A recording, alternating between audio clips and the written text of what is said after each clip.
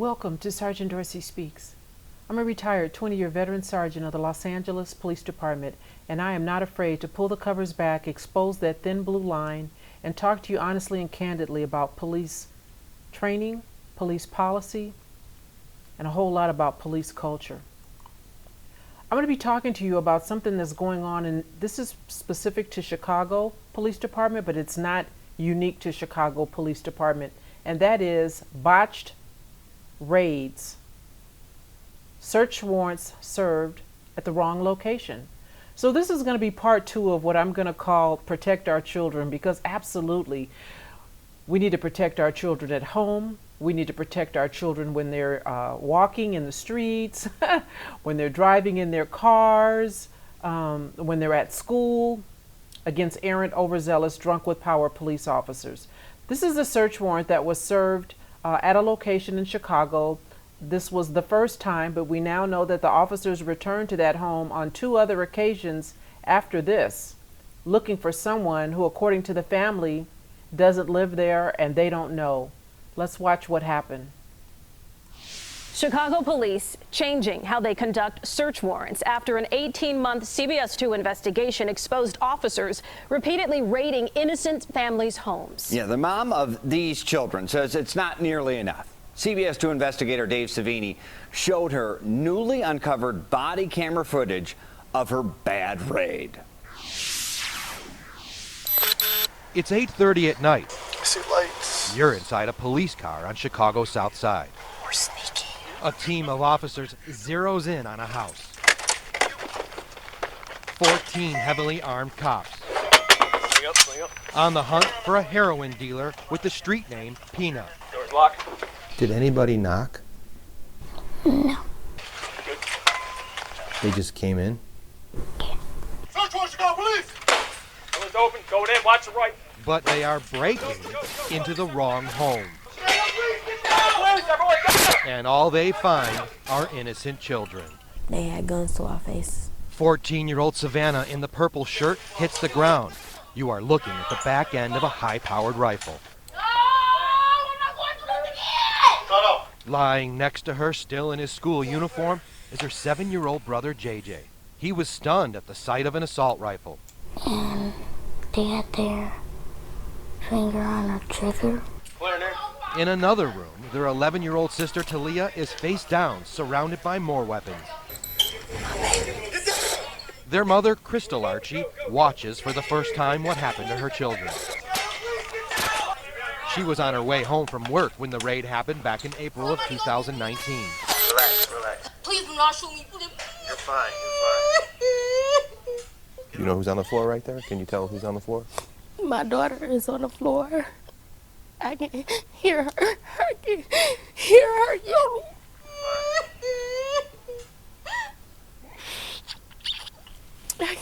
I can hear her yelling. And you just see the guns at the back of her head. Her oldest child, Savannah, was babysitting. Come on, get up. They're handling heavy artillery. It would have taken one slip of your finger, and my children would not be here. We don't want to see that happen. We don't want to erode the trust with the community. Now, for the first time, Chicago police are talking about the disturbing trend the CBS 2 investigators exposed, which includes more than 23 children who say police pointed guns at them during wrong raids. Where did they point the gun at you? I wanted to like right here, but like straight at it. Where did they point the rifle? It was like around. They pointed a gun at me.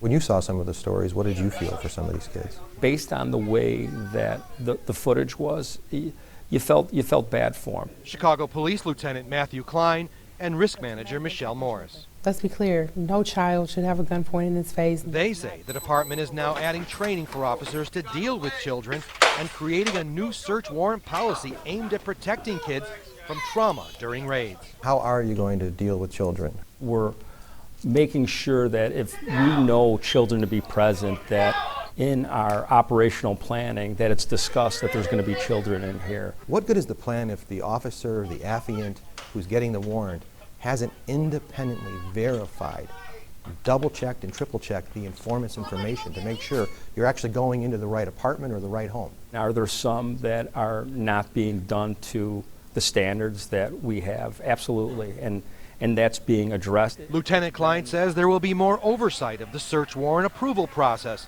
including a requirement mandating all officers run the proper public record checks through their information center at police headquarters to make sure they are raiding the right addresses. Things fell through the cracks and they didn't realize that that was the proper way to obtain this information. Repeated failures to get addresses right, leaving behind a trail of trauma. Just the saddest moment. And still, the city is refusing to track these wrong raids, covering up just how big the problem really is. The little bit of data the CBS 2 investigators forced the city to release shows since 2016, police executed 6,800 search warrants. In nearly 3,000 cases, not a single arrest was made. We can't tell you how many of those 3,000 were wrong raids because tonight, even with the new policy in place, they admit they still have no method to track these kinds of wrong raids. Are you creating any kind of a database for that, for those types of raids? It has not currently been contemplated, but I mean, it might be in the future. And while they still won't track all the wrong raids, there are changes requiring body cameras are rolling from start to finish at every single new raid. It must be on the entire time. At what point in the raid are they supposed to turn them off? When they leave. Get up. Which brings us back to the Archie raid, where we found the raid team cut their body cameras off after only 3 minutes. In fact, police stopped recording right after the cameras captured something happening to the children. It's not only outrageous, it might even be illegal. Hey, just tell us, do you know where the stuff's at? Because if you can tell us that, then we're out of here. And with no parent present, Over here. Have a seat. Hold your hands like your sister. No, like this. Hold your hands like this. All three of you. continue questioning. Any drugs? You know of any drugs that he sells? Remember, this is the wrong house, and they never even heard of the guy named in the warrant. So he stopped selling out of here? He stopped keeping it here? Whoever keeps it here? We never had it. The children say the interrogation continued, followed by a search of the home. There's no body camera video of that because the sergeant in charge gave this order. If everybody's secure, we can kill cameras. The kids say when the police left, they told them they would return. And there was a real fear from the children that they might come back. Absolutely. I've literally walked into the apartment and I just cried. And there's no way to feel about going home. And that's my life now. So this is the family that was traumatized in that raid. And you can imagine having just heard the mom say, you know, this is my life now. How do you come home and sleep in a place where at any moment police officers can ram in the door and do to your children what they did on this particular day? And we now know that they came back 2 other times. That was the first time, but it wasn't the last time. They've been back 2 other times to the same family who say they don't know the person that they're looking for. No drugs are being sold there. They didn't find any that day. And then you hear them talking and questioning the children. You know, thank goodness these little people didn't say something that could have got them in some kind of jeopardy, because they're frightened and they just want the officers to leave them alone. They're asking them about, you know, whoever's selling the drugs here, what did they do with it? And the kids don't know what they're talking about. So note to self, note to family, when you have the talk. If the police by chance serve a raid at your house incorrectly, teach your children you don't have anything to say. Particularly if you don't know anything, you don't want them to blurt out misinformation, and then the next thing you know, now they've been thrust into the system because somehow this officer has decided, because great deference is given to his version, that these little people are drug dealers. Did you hear that noise in the background when they were talking to the lieutenant and the CPD risk manager? I think that was their sphincter muscles collectively slamming shut when they were trying to answer those tough questions. They were so disingenuous in their responses. They don't really give a damn.